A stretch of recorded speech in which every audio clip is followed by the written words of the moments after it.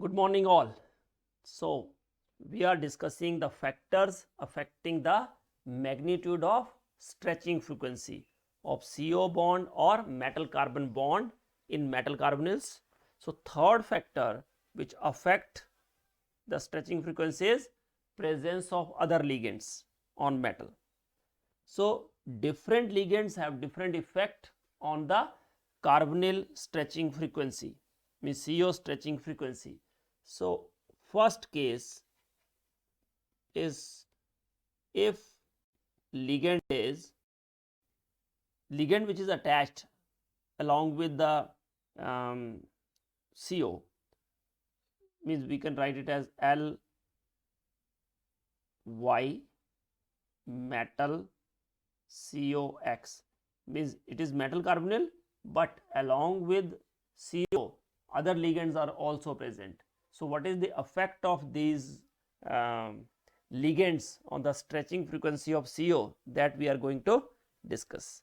So first, if L ligand is strong sigma donor and weak pi acceptor, जैसे example लेता हूं मैं आपको, for example triphenyl phosphine, try ethyl phosphine, triphenyl phosphine, ठीक है, okay. या फिर ऐसा हो जो कि ओनली सिग्मा डोनर हो, ऐसा कोई लिगेंड जो सिर्फ सिग्मा डोनर, जैसे एग्जाम्पल ले लें तो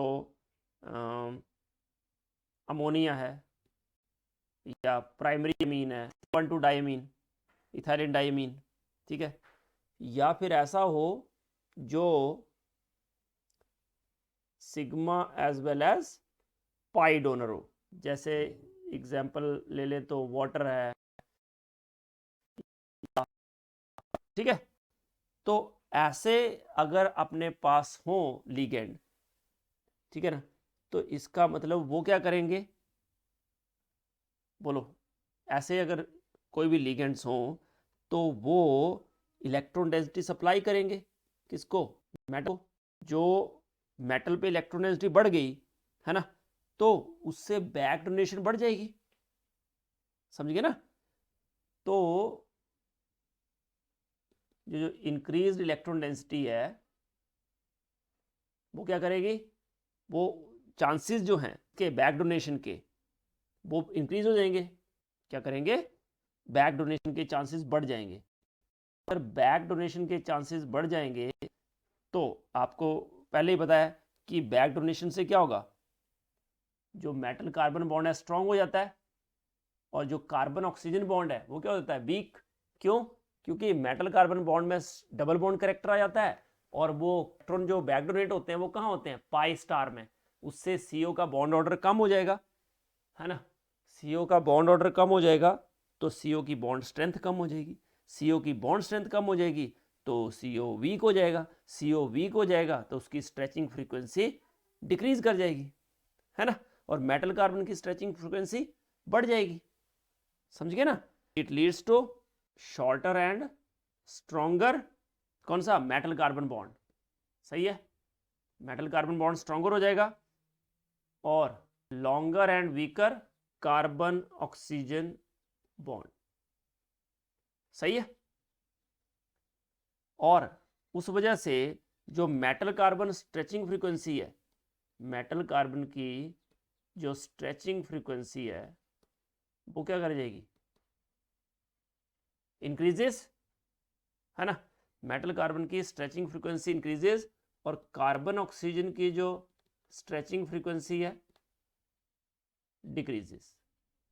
तो ये हो गया फर्स्ट केस, है ना। जैसे मैं अगर एग्जांपल लूं, ओके, तो एक CrCO6 है और दूसरा CrCO थ्राइस NH3, है ना। अब इन दोनों कॉम्प्लेक्सेस में जो क्रोमियम का फॉर्मल चार्ज है वो तो -6 ही है। क्यों, क्योंकि दोनों में chromium is attached to 6 ligands. So और बैक डोनेशन भी होगी, बट जो बैक डोनेशन है वो अमोनिया तो एक्सेप्ट नहीं करेगा, अमोनिया विल नॉट एक्सेप्ट, क्योंकि अमोनिया के पास तो कोई ऑर्बिटल ही नहीं है जिसमें वो इलेक्ट्रॉन एक्सेप्ट करे।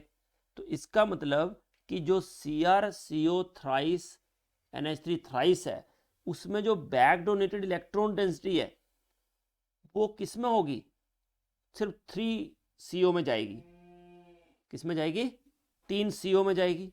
बट वही अगर CrCO6 की बात करोगे तो बैक डोनेटेड इलेक्ट्रॉन डेंसिटी जो है वो कितने में स्प्रेड अमंग 6CO लिगेंड्स, इसमें 6 में स्प्रेड होगी, इसमें सिर्फ 3 में। तो इसकी वजह से जो बैक डोनेशन है it is more effective in this case, CrCO thrice में ज़्यादा इफेक्टिव होगी, है ना।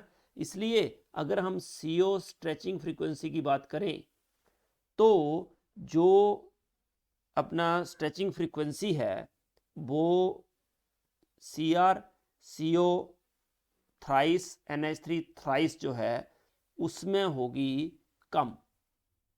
क्यों, क्योंकि back donation is more effective, है ना। और इसमें जो है वो होगी 2100 पर सेंटीमीटर, क्योंकि उसमें बैक डोनेशन का जो इफेक्टिवनेस है वो कम होगी, क्योंकि जो बैक डोनेशन है it is spread among 6CO, है ना, और इसमें बैक डोनेशन जो है it is spread among 3CO। तो back donation is more in case of CrCO3 NH3 thrice, और इसमें थोड़ी कम होगी। और जितनी ज़्यादा बैक डोनेशन होती है, जो बैक डोनेशन होती है मेटल से CO में, वो किस में होती है, पाई स्टार में, बार बार बता रहा हूँ मैं आपको, उससे CO का बॉन्ड ऑर्डर क्या हो जाता है, डिक्रीज। तो जितनी ज़्यादा इफेक्टिव बैक डोनेशन होगी उतना ही CO की स्ट्रेचिंग फ्रीक्वेंसी कम होगी। Got it. तो ये हो गया first case. Now second case, चलो let us discuss the second case. तो पहला केस क्या था, जब लिगेंड क्या हो, स्ट्रॉन्ग सिग्मा डोनर और वीक पाई एक्सेप्टर, या सिर्फ सिग्मा डोनर ही हो और सिग्मा और पाई दोनों डोनर हो, है ना।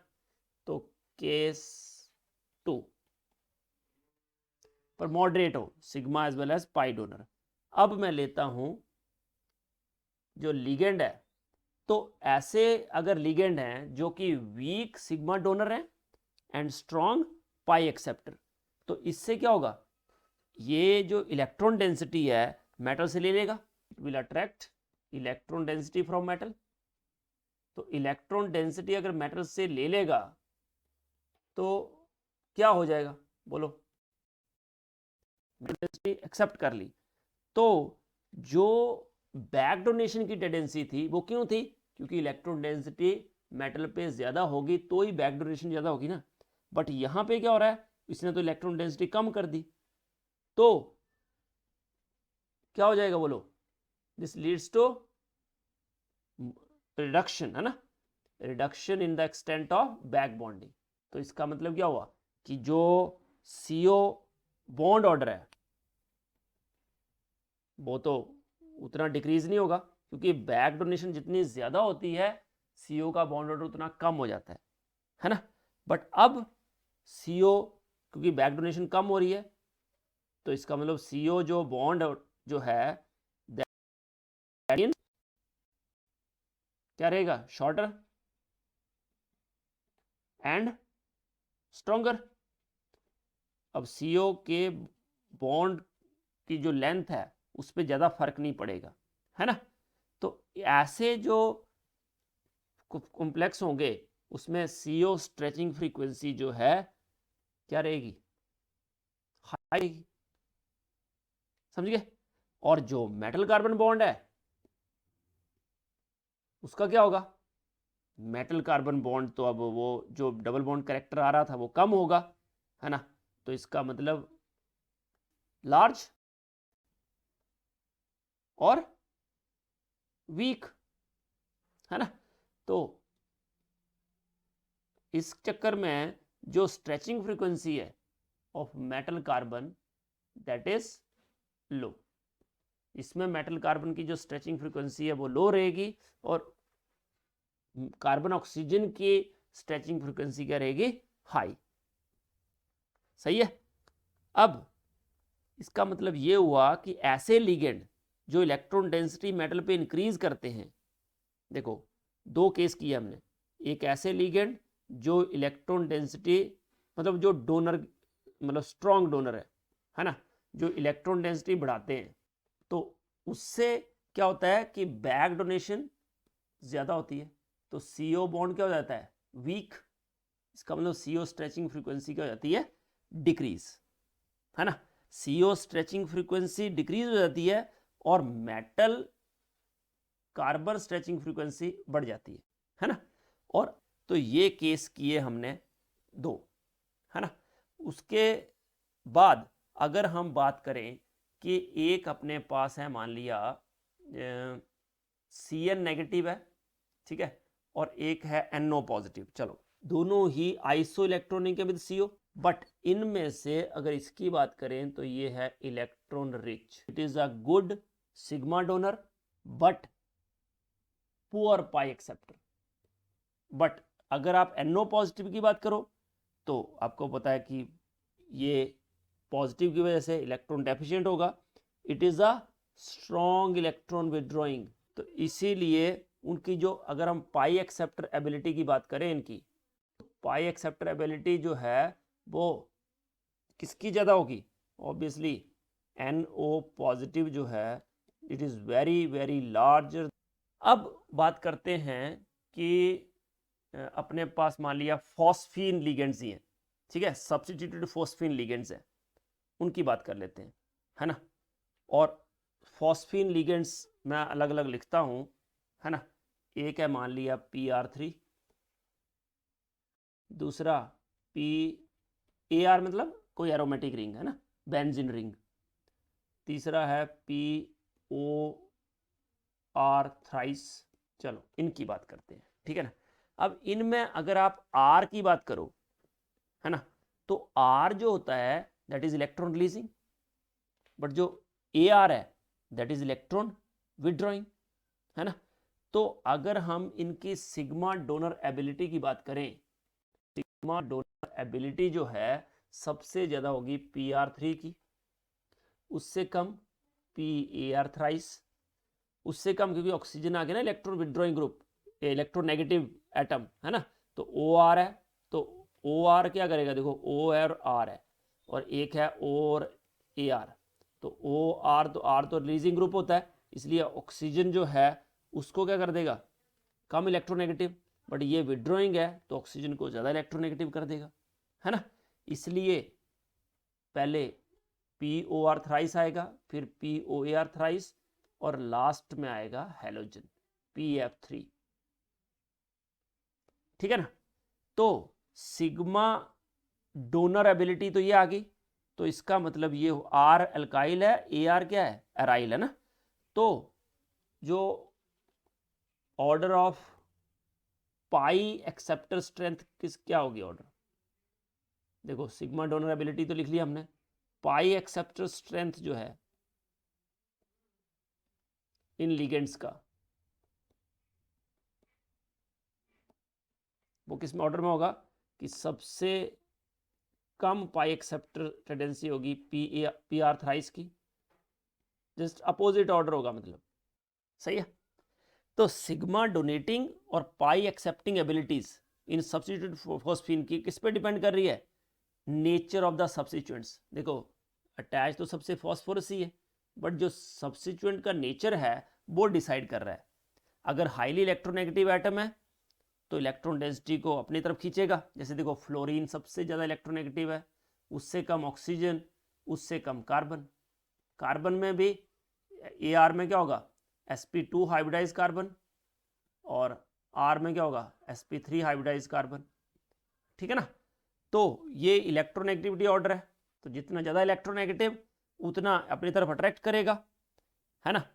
तो जितनी ज़्यादा इलेक्ट्रोनेगेटिविटी एटम की होगी जो फॉस्फोरस से अटैच है, तो उतनी ज़्यादा इलेक्ट्रॉन डेंसिटी शिफ्ट हो जाएगी उस एटम की तरफ, तो जो पाई एक्सेप्टिंग एबिलिटी है वो बढ़ जाएगी ना पूरे ग्रुप की, इसलिए PF3 की पाई एक्सेप्टिंग एबिलिटी सबसे ज़्यादा होगी। क्यों, क्योंकि फ्लोरीन इलेक्ट्रॉन अपनी तरफ खींच लेंगे, फ्लोरीन अपनी तरफ इलेक्ट्रॉन खींच लेंगे, तो जो फॉस्फोरस है उस पर इलेक्ट्रॉन डेंसिटी कम हो जाएगी, है ना। और इसलिए उसकी पाई एक्सेप्टिंग एबिलिटी बढ़ जाएगी। गॉट इट, है ना। और जितना मतलब रिमूव करेगा, है ना, उतना ज़्यादा इलेक्ट्रॉन डेंसिटी जो मेटल है उससे भी रिमूव हो जाएगी, है ना। अगर पाई एक्सेप्टिंग टेंडेंसी बढ़ेगी तो मेटल से इलेक्ट्रॉन ले लेगा ना वो, तो मेटल पे इलेक्ट्रॉन डेंसिटी जो है वो कहाँ शिफ्ट हो जाएगी, उस ग्रुप की तरफ, है ना। तो उससे जो extent of pi back bonding required है किसमें, मेटल कार्बोनिल में, वो कम हो जाएगी, है ना। उससे जो मेटल कार्बन बॉन्ड है वो हो जाएगा वीक। एक बार फिर समझा रहा हूं कि जितना ज़्यादा पाई एक्सेप्टिंग एबिलिटी होगी जो अदर लिगेंड अटैच है, ये फॉस्फीन सब्स्टिट्यूएंट है ना, सब्स्टिट्यूट फॉस्फीन कोई भी अटैच है, तो जिसकी पाई एक्सेप्टिंग एबिलिटी जितनी ज़्यादा होगी उतना मेटल पे वो इलेक्ट्रॉन डेंसिटी कम कर देगा, है ना। अगर मेटल पे इलेक्ट्रॉन डेंसिटी कम हो जाएगी तो जो कार्बोनिल को इलेक्ट्रॉन उसको देना है, उस कार्बोनिल की तरफ इलेक्ट्रॉन जो जाने हैं उसमें मेटल की इलेक्ट्रॉन डेंसिटी कम हो गई है, तो मेटल कार्बोनिल की तरफ जो इलेक्ट्रॉन डेंसिटी शिफ्ट होनी है कार्बोनिल की तरफ वो कम हो जाएगी, है ना, क्योंकि मेटल के जो डोनर कैपेसिटी है वो थोड़ी कम हो जाएगी, इसलिए मेटल कार्बन बॉन्ड क्या हो जाएगा, week. Metal carbon bond week हो जाएगा और कार्बन ऑक्सीजन बॉन्ड क्या हो जाएगा, स्ट्रॉन्ग, है ना। तो इसका मतलब ये हुआ कि जो स्ट्रेचिंग फ्रीक्वेंसी है मेटल कार्बन की वो हो जाएगी डिक्रीज, और जो CO की स्ट्रेचिंग फ्रीक्वेंसी है वो हो जाएगी इंक्रीज। इसका मतलब अगर पाई एक्सेप्टर लीगेंड अटैच है, स्ट्रॉन्ग पाई एक्सेप्टर लीगेंड अटैच है ना, तो वो क्या कर देगा, इसका मतलब अगर PF3 अटैच है ना, तो वो जो CO की स्ट्रेचिंग फ्रीक्वेंसी है उसको इंक्रीज कर देगा, और अगर PR3 अटैच है तो CO की स्ट्रेचिंग फ्रीक्वेंसी को क्या कर देगा, डिक्रीज। समझिए क्यों, क्योंकि एक मैं लेता हूं चलो P और OCH3, ठीक है ना, R मतलब अल्काइल, कोई भी अल्काइल हो सकता है, तो मैंने CH3 ले लिया, ठीक है। और दूसरा ले लेता हूं PO और बेंजीन रिंग, ठीक है। अब उससे होगा क्या, इलेक्ट्रॉन को एक्सेप्ट कर लिया ऑक्सीजन से, बट यही चीज अगर मैं उस साइड लिखता हूं तो क्या होगा, methyl group is electron releasing, है ना। तो POR3 लिगेंड जो है वो क्या होगा, वीकर पाई एक्सेप्टर, है ना, देन PF3। और अगर मैं POR थ्राइस की बात कर रहा हूं, है ना, तो POAR थ्राइस जो है is a stronger pi acceptor ligand than POCH3 thrice, क्योंकि एराइल ग्रुप जो है वो इलेक्ट्रॉन नेगेटिविटी जो है ऑक्सीजन की वो बढ़ा देता है ना। और क्योंकि एराइल ग्रुप क्या है, इलेक्ट्रॉन विदड्रॉइंग ग्रुप, और आर जो है वो क्या करता है, इलेक्ट्रॉन नेगेटिविटी ऑक्सीजन की कम कर देता है।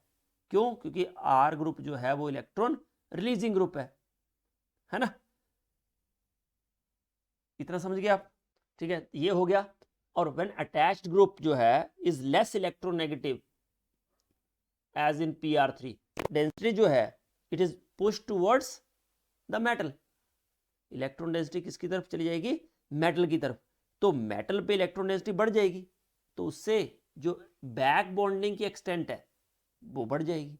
अगर मेटल से बैक बॉन्डिंग की एक्सटेंट बढ़ जाएगी, कार्बन ऑक्सीजन बॉन्ड क्या हो जाएगा, वीक। समझ गए, इसका मतलब जो स्ट्रेचिंग फ्रीक्वेंसी ऑफ CO है वो डिक्रीज हो जाएगी, है ना, और मेटल कार्बन की जो स्ट्रेचिंग फ्रीक्वेंसी है वो क्या हो जाएगी, इंक्रीज, ठीक है ना।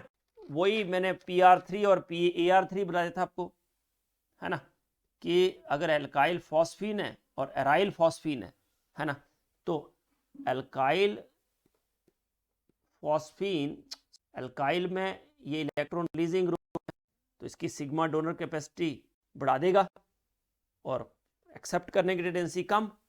बट अगर AR अटैच है, इलेक्ट्रॉन को विड्रॉ करेगा, तो उसके सिग्मा डोनर कैपेसिटी कम हो जाएगी, बट पाई एक्सेप्टर टेंडेंसी बढ़ जाएगी। ठीक है ना। अब इसी में अगर मैं हैलाइड्स की बात करूं, हैलाइड फॉस्फीन्स हैं, इनकी जो पाई एक्सेप्टिंग एबिलिटी होगी उसका ऑर्डर बोलो। ऑब्वियसली फ्लोरीन सबसे ज़्यादा इलेक्ट्रोनेगेटिव है ना, तो इसलिए PF3 की पाई एक्सेप्टिंग एबिलिटी सबसे ज़्यादा होगी, उससे कम PCl3, उससे कम PBr3, उससे कम PIR3। अब इन फॉस्फीन्स में चाहे वो आप PH3 की बात करो, तो इन दो में पाई एक्सेप्टर टेंडेंसी जो है वो पाई इलेक्ट्रॉन जो है वो vacant 3D orbital of phosphine में आ जा सकते हैं या फिर सिग्मा स्टार ऑर्बिटल में आ सकते हैं, है ना। बट जो वेकेंट 3D ऑर्बिटल है that play a minor role, means main जो इलेक्ट्रॉन जाते हैं वो जाएंगे सिग्मा स्टार ऑफ PX में। ठीक है, तो अगर पाई एक्सेप्टर टेंडेंसी इनकी बढ़ती है, जितनी ज्यादा पाई एक्सेप्टर टेंडेंसी होगी the ligand attach to the metal, तो उस वजह से जो CO की स्ट्रेचिंग फ्रीक्वेंसी है वो इंक्रीज हो जाती है, बाकी CO बॉन्ड उतना वीक नहीं होता है, वो स्ट्रांग ही रहता है ना। तो एक क्वेश्चन कर लेते हैं, है ना, जो जिसमें ऐसा हो रहा हो, है ना। चलो let us discuss the question. तो क्वेश्चन है अपने पास कि पहले में 4 CO हैं, दूसरे में CO 3 है और एक CO जो है it is replaced by PME thrice. ठीक है, और लास्ट वाला जो है उसमें क्या कर दिया, 2 PME थ्राइस 2 लगा दिए। तो अब हमें बताना है कि CO बॉन्ड स्ट्रेंथ का ऑर्डर, है ना। तो देखो जैसे ये PME थ्राइस लगाया, PME थ्राइस जो है ये अभी मैंने डिस्कस किया था, देखो ऊपर ही PME थ्राइस स्टार्टिंग में ही कि सिग्मा डोनर एबिलिटी इसकी सबसे ज्यादा है इनमें से, है ना। तो अगर सिग्मा डोनर एबिलिटी ज्यादा है ना, तो जितने ज्यादा होंगे ये उतनी सिग्मा डोनर टेंडेंसी ज्यादा होगी, क्योंकि ये तीनों क्या हैं, इलेक्ट्रॉन रिलीजिंग ग्रुप्स। तो सिग्मा डोनर एबिलिटी हाई होगी। अगर सिग्मा डोनर एबिलिटी हाई होगी तो मेटल पे इलेक्ट्रॉन डेंसिटी बढ़ जाएगी, तो मेटल का जो CO को बैक डोनेशन है वो बढ़ जाएगा। तो CO को बैक डोनेशन बढ़ेगा तो उससे जो CO बॉन्ड है वो क्या होता जाएगा, वीक। तो इसका मतलब CO की जो स्ट्रेचिंग फ्रीक्वेंसी है वो क्या करेगी, डिक्रीज। इसका मतलब सबसे ज्यादा जो CO स्ट्रेचिंग फ्रीक्वेंसी होगी वो होगी फर्स्ट की, उससे कम सेकंड की और सबसे कम थर्ड की। बिल्कुल सिंपल सा क्वेश्चन था, मींस ऑर्डर होगा first second third, that means option A is correct. Got it. ये 2 दिए हो आपको। अब आपको पता है कि जो POME तो इलेक्ट्रॉन रिलीजिंग है तो उससे सिग्मा डोनर कैपेसिटी ज़्यादा हो जाएगी, और इसमें जो कैपेसिटी है कम होगी क्योंकि ऑक्सीजन जो है वो तो इलेक्ट्रॉन खींचेगा ना अपनी तरफ, 2 मिथाइल जो है उसकी इलेक्ट्रोनेगेटिविटी को कम करेगा, बट क्योंकि है तो वो ऑक्सीजन मोर इलेक्ट्रोनेगेटिव है, इसलिए इन दोनों की बात करें तो it is a very good sigma donor और वीक पाई एक्सेप्टर। इसलिए ये जो है इसमें मेटल पे इलेक्ट्रॉन डेंसिटी हाई होगी, अगर इलेक्ट्रॉन डेंसिटी हाई होगी तो उसकी जो पाई डोनर कैपेसिटी है वो बढ़ जाएगी, और इसलिए जो CO फ्रीक्वेंसी है वो डिक्रीज करेगी। तो इसका मतलब इसमें जो ऑप्शन आएगा कि जो ए है CO stretching frequency A that is greater than B, क्योंकि ऑप्शन थे A greater than B, A equal to B, या ए लेस देन बी, या नन ऑफ दिस।